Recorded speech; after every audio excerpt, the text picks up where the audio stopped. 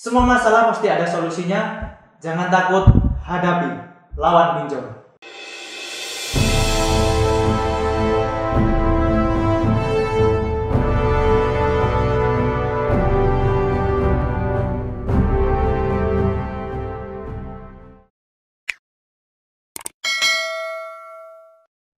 Assalamualaikum warahmatullahi wabarakatuh. Selamat datang di channel kita tercinta Skrip Finansial. Masih bersama saya Budi Sujarmiko. Pada kesempatan kali ini kita akan membahas sesuatu yang berbeda di channel ini. Tetapi pembahasannya tetap sama, yaitu tentang masalah pinjaman online yang tidak henti menghantui masyarakat di negeri ini. Karena saya yakin teman-teman di luar sana masih banyak yang membutuhkan masukan dan saran untuk menghadapi masalahnya ini. Walaupun bahasanya tetap sama, tapi tidak apa-apa.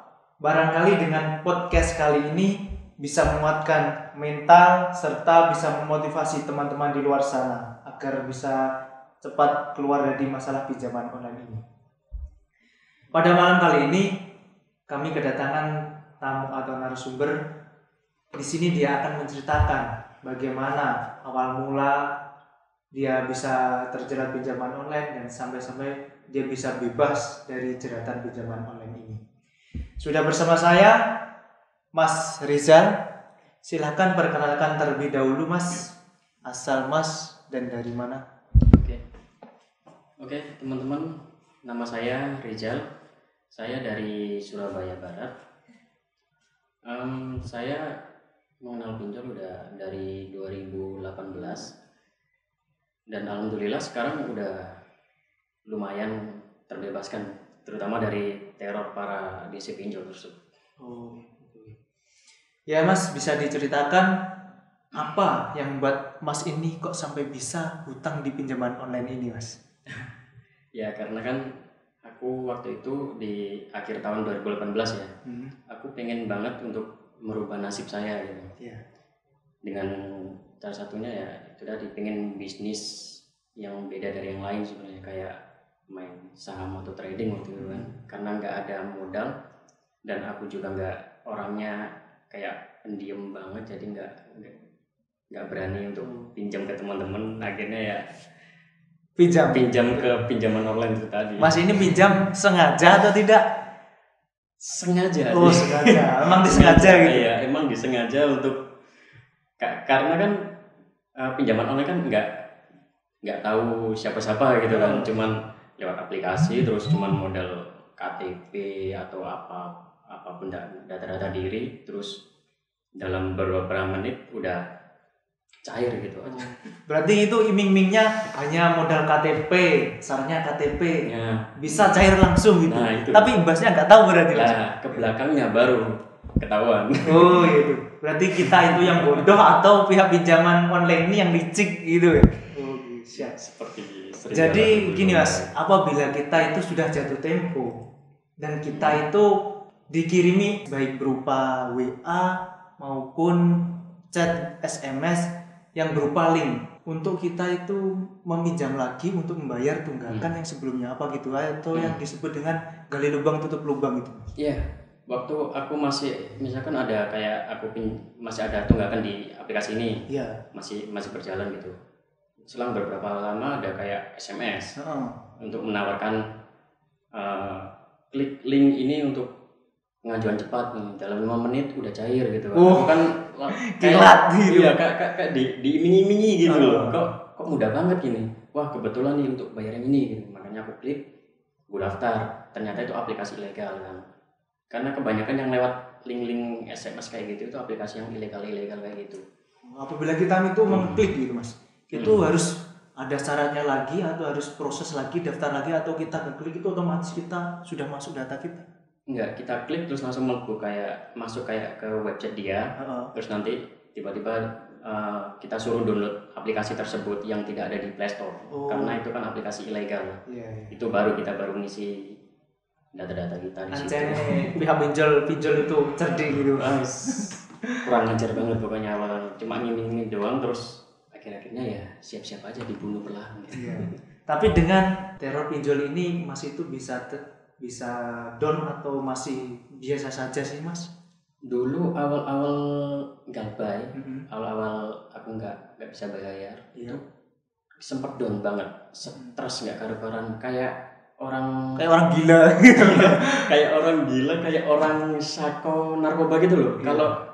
Kalau udah kecanduan narkoba kan, kalau nggak dapat segera bareng narkoba kan nggak kayak orang pusing gitu. Berarti sudah kecanduan. Ya, kalau aku waktu itu aku harus bisa dapetin uang ini untuk segera membayar aplikasi ini gitu. Jadi kayak orang gila banget lah. Jadi gini, apabila kita sudah membayar beratus-ratus bahkan sampai berjuta-juta, itu tidak dihitung untuk pembayaran pokok, hanya dihitung untuk perpanjangan waktu saja. Apakah itu betul, Mas? Ada yang kayak gitu. Jadi ada aplikasi, salah satu aplikasi itu cuman kita disuruh bayar sekian. Nominalnya kalau nggak salah itu sekitar separuh dari nominal pokok kita gitu. Itu cuma untuk memperpanjang tenor kita 7-15 harian. Terus ada juga yang kita cuma disuruh bayar pokoknya aja, tanpa denda, tanpa bunga gitu katanya. Tapi ya bagiku ya sama aja gitu. Apa betul itu bila kita itu kayak pinjam seumpama 800 itu bayarnya harus 2 kali lipat atau berapa gitu? Ada. Oh ya, memang licik pinjam. Bahkan tenornya itu cuma 7 hari, bayangin. Kita pinjam 1 juta ya misalnya. Cuma cair 700. Iya. Tapi balikinnya bisa 1.500.000 dalam waktu 7 hari. Itu yang dinamakan pinjol licik. Licik banget. Sampai kok bisa-bisanya mencekik masyarakat atau khalayak umum di negeri ini. Ya. Semoga bisa cepat selesai, Mas. Ya, amin. Oke, dari imbas atau efek pinjaman online ini, Mas, siapa saja yang terlibat, siapa saja yang diteror oleh pihak-pihak DC itu yang tiada etika? Banyak sih, karena kan waktu awal kita minjol itu kan semua data kita kan udah kayak disadap. Karena kan kita udah kayak mengizinkan kayak izin akses telepon, akses kontak, kamera, bahkan galeri kita semuanya udah disadap semua sama si pinjol itu tadi. Jadi ibaratnya kayak dia itu udah kayak ngambil data kita sebagai jaminan kalau kita udah nggak bisa bayar, ya siap-siap aja kita disebar datanya sama si DC itu tadi. Tapi Masnya sebelum ada kayak gini, imbas kayak pinjol ini sudah tahu atau belum sih, Mas, kalau apabila kita bisa bayar, data kita disebar sampai dijelek-jelekan gitu? Belum tahu sama sekali, karena waktu itu kan saya kayak jadi nasabah yang baik gitu. Jadi sebelum jatuh tempo udah mencoba untuk bayar gitu. Ya meskipun kayak gali lubang tutup lubang, misalkan kita satu aplikasi nutupnya pakai 3 aplikasi. Jadi setelah ini tertutup, yang 3 ini masih kelebakan berusaha. Kalau saya, Mas, saya pinjam nggak tak bayar lagi. Kalau tahu itu ya. Tapi andai kan tahu waktu itu. Tapi kalau sekarang sudah ada niatan lagi untuk membobol lagi sih atau enggak? Sekarang udah nggak mau lagi sih. Udah tobat lah sih. Tobat pinjam. Karena hutang itu sampai mati pun kita dipertanggungjawabkan. Itu yang aku takutkan sampai sekarang, karena kan apalagi pinjol kan utang riba kan. Ya, efek dari riba itu sendiri pun sangat bahaya sekali. Seperti apa yang aku alami sekarang kan, udah kehilangan semuanya, termasuk pekerjaan utama saya, barang-barang saya, tabungan saya. Dulu kerja apa, Mas, kok sampai sekarang itu sampai kehilangan pekerjaan itu? Dulu sempat kerja di perusahaan besar sih, udah 9 tahun di sana. Sebenarnya saya sebenarnya sih udah enak gitu kan, cuman gara-gara akunya yang waktu itu terlalu ambisi mungkin, jadinya mencoba-coba ke pinjol tersebut, terus akhirnya lama kelamaan nggak bisa bayar, kelabakan, akhirnya ya nyerah. Terus ya terpaksa resign. Kasian juga, Mas. Iya, karena kan udah diteror di kantor itu, diteleponin teman-teman kantor juga, keluarga, terus udah nggak fokus kerja sama sekali. Pancen kan nih pinjam. Nggak ada akhlak. Saya yakin pasti masyarakat semua ini nggak ada niatan untuk tidak membayar. Kalau etika dari penagihannya tidak seperti ini, bisa diceritakan, Mas, kenapa Mas itu kok sampai tidak bisa membayar pinjol, ataukah ekonomika, atau memang Masnya itu males untuk membayar karena teror DC dalam penagihan itu tidak beretika ya, Mas? Ya karena kan faktor utama faktor ekonomi. Karena sekarang aku udah nggak punya pekerjaan tetap juga, dan sekarang pekerjaan utama aku adalah ojol. Tahu sendiri kan pendapatan ojol penghasilan nggak seberapa gitu. Nah, itu daripada buat bayar pinjol kan mending buat makan aja dulu. Terus yang kedua ya karena teror DC-nya itu yang udah kayak keterlaluan banget. Salah satunya yaitu nuduh aku bawa kabur uang perusahaan lah, terus menjadikan temanku sebagai jaminan hutangku lah. Semua ucapan-ucapan kotor dikeluarin semua itu. Padahal tidak ada niatan untuk menjelekkan teman gitu. Nggak ada sama sekali padahal. Bahkan nggak pernah niat untuk menjaminkan temanku sebagai jaminan hutang. Memang dari pihak pinjolnya aja yang nggak punya otak gitu. Nggak ada akhlak banget pokoknya DC-nya. Untuk teman-teman di sana, hargailah atau bantulah teman-teman yang kita susah. Teman kita itu tidak ada maksud untuk menjelekkan, untuk mengalihkan hutang teman kita kepada anda semua, gitu Mas. Nggak ada sama sekali, karena kan ya itu dari sejak awal kita minjem kan aplikasi tersebut kan udah menyadap semua isi HP kita, termasuk kontak, galeri itu, termasuk kontak kita, bahkan WA kita. Jadi siapa yang pernah sering aku hubungi itu yang pertama kali dia serang untuk penagih. Kok sampai bisa menyadap itu lewat dari belakang rumah atau lewat dari mana gitu Mas? Itu kayaknya dia udah kayak ada jin mungkin. Iya, tiba-tiba udah masuk gitu. Kok bisa menyadap semua, mulai dari kontak, galeri, kok bisa dapat foto-foto kita, foto gokil katanya juga. Bahkan yang lebih parah ada yang diedit sampai foto gokil gitu, bahkan kayak kriminal banget lah. Ngeri ada akhlak pokoknya. Jujur gitu. Makanya sampai sekarang aku udahlah males untuk bayar gitu. Kalau pengen tak bayar silakan ke rumah gitu. Gitu aku sama sekarang. Jadi gini Mas, apabila ada yang nagih, dia itu lewat chat, WA maupun telepon untuk membayar, itu katanya kalau tidak ke rumah mending gak usah dibayar. Gimana? Betul atau enggak itu Mas? Kalau aku menyarankan sih emang mending gak usah. Kenapa kok gitu? Mending gak usah karena kan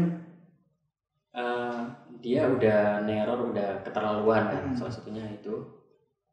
Dan lebih baik fokus untuk kehidupan aja, untuk membiayai rumah tangga gitu. Lebih baik untuk kita kehidupan kita lah istilahnya. Jadi jangan terlalu terfokus untuk bayar, bagaimana cara bayar utang pinjolnya. Aslinya teman-teman itu tidak ingin, maksudnya tidak ada niatan untuk tidak membayar pinjaman online ini, gitu Mas ya. Oleh karena itu dari pihak pinjolnya aja yang nagihnya terlalu, maksudnya tidak ada beretika, semua kata-kata hewan dikeluarkan sama gitu, anjing gitu ya Mas. Kalau nagihnya enak, baik-baik, nggak usah bawa nama orang tua, nggak usah. Kalau kita yang bersangkutan pasti kita yang bayar. Kalau Anda nagihnya dengan cara yang baik, gitu. Iya. Kalau dia nagihnya baik-baik, terutama biasanya yang datang itu kebanyakan enak-enak nagihnya. Nggak kayak yang di WA, di telepon. Yang di call itu hanya telepon gitu. Itu DC anak-anak gitu. Itu kelihatannya anak bayi-bayi baru lulus SMK itu Mas. Iya. Mungkin udah di brainwash untuk ngata-ngatain nasabah kayak gitu. Iya, memang dia itu juga perlu uang, kalau nggak nagihnya nggak gitu, nggak dapat, maksudnya nggak dapat komisi juga mungkin. Nggak dapat push lainnya. Makanya dia ngata-ngatain kayak gitu supaya mental kita jadi down, terus akhirnya kita bayar meskipun harus gali lubang tutup lubang dengan aplikasi yang lain. Kapan Anda terjebak aplikasi itu Mas, dan sampai bisa-bisa Anda itu bisa lepas dari jeratan pinjaman online ini? Aku awal kenal kan tahun 2018 akhir. Terus mulai nggak bisanya itu akhir 2019 setelah aku resign itu kan emang udah nggak bisa banget untuk bayar. Terus setelah itu aku iseng-iseng buka YouTube, ternyata nemu channel ini, channel Secret National ini kan milik Bapak Ahmad Junaidi ini kan. Terus aku coba lihat, ternyata selama ini ada triknya itu untuk menghadapi DC teror, teror DC semua gitu. Memang semua masalah itu pasti ada jalan solusinya, tergantung kita itu Mas. mau mencari solusi atau diam saja. Kalau diam saja terpuruk gitu. Nah itu mungkin aku udah terlambat mungkin karena kan udah terlanjur resign terus baru kenal channel ini dan bisa terkuatkan mental lagi ya gitu. Tapi ya di sisi di sisi lainnya aku bersyukur banget karena sekarang udah mental udah kuat untuk menghadapi DC apapun, udah nggak peduli karena itu tadi lewat channel ini terus dimasukkan ke grup WA juga. Di dalam grup ini Mas, maksudnya kita itu merasa tersaingi atau merasa tertekan malah atau masih dapat termotivasi dalam grup ini? Justru masuk di grup Secret Finansial ini aku malah semakin tatak ya istilahnya, semakin kuat dalam menghadapi DC tersebut. Terus dikasih tahu juga DC apa aja yang aplikasi apa aja yang mendatangkan DC ke rumah gitu. Terus karena banyak teman-teman yang senasib, jadi merasa terkuatkan. Iya, gak kita sendiri yang secara kena otomatis aku jadi kayak kuat sendiri gitu. Wah, ternyata aku banyak temen ya. Bahkan seluruh negeri ini, seluruh Indonesia ini. Seluruh Indonesia. Inilah namanya pinjol yang hebat, tapi penagihannya juga bangsat ini. Oke, jadi aplikasi apa saja sih Mas? Sampai itu minjam dan berapa banyak aplikasi yang sampai minjam? Awalnya cuma satu, terus gara-gara mungkin ketagihan ya, efek ya, gara-gara tadi coba-coba tadi kan satu aplikasi, kok berhasil, coba lagi, kok berhasil lagi, makanya saking banyak terus gara-gara diteror juga untuk bayar akhirnya kan nyoba aplikasi yang lainnya gitu. Termasuk yang di SMS tadi kan yang dikirimin link ilegal tadi terus jadinya gali lubang tutup lubang sampai berapa aplikasi? Ternyata udah sampai puluhan gitu. 30-an lebih kalau nggak salah. Itu buat main domino atau main apa itu? Itu kalau di total semua hasil minjol itu mungkin bisa dibelikan rumah. Tapi sampai sekarang malah hasil zong. Tapi malah sekarang aku malah nggak punya apa-apa. Kok bisa gitu Mas? Iya itu tadi mungkin efek dari uang pinjol kan uang panas. Iya. Uang riba gitu kan. Bukan uang halal gitu. Lebih baik kita ojol nggak apa-apa, ojol kan, tapi halal. Lebih baik kita ojol penghasilan sedikit tapi halal berkah daripada minjol tadi kan dapat uang banyak tapi nggak berkah gitu. Tapi kali ini masih banyak sih Mas yang pinjam itu memang dengan niatan untuk membobol. Itu gimana sih Mas? Kok bisa maksudnya bisa sampai beratus-ratus itu caranya itu? Dulu sempat kepikiran kayak gitu. Sempat balas dendam juga karena kan aku udah gara-gara pinjol ini aku jadi kehilangan pekerjaan utamaku kan. Kehilangan segalanya, jadi pernah niatan untuk bobol. Setelah aku tahu trik-triknya ternyata, tapi setelah aku pikir-pikir buat apa gitu. Apalagi aku udah tahu gimana rasanya diteror kayak gitu. Iya. Jadi ya lebih baik berhenti. Udahlah, udah tobat aku sekarang kan. Udah gak mau lagi berurusan dengan pinjol kayak gitu. Iya, saya dulu pernah mau minjam. Kenapa kok ditolak terus? Ada apa dengan saya gitu maksudnya? Pernah saya ngajukan Mas. Dua kali. Tapi nggak pernah di ACC. Datanya udah buruk mungkin. Mungkin itu. Oke, lalu yang terakhir Mas. Bagaimana Anda kok bisa sampai terlepas, bisa bebas dari jeratan pinjaman online ini dan bisa bebas dari teror-teror DC? Bagaimana ceritanya? Itu tadi waktu aku udah resign, udah pusing banget, sempat down. Terus ada salah satu aplikasi yang udah nerornya udah keterlaluan. Aku ketakutan waktu itu. Belum. Terus setelah tahu channel ini, aku coba cari alamatnya gitu kan. Ternyata di Jalan Asem Bagus 401 kan.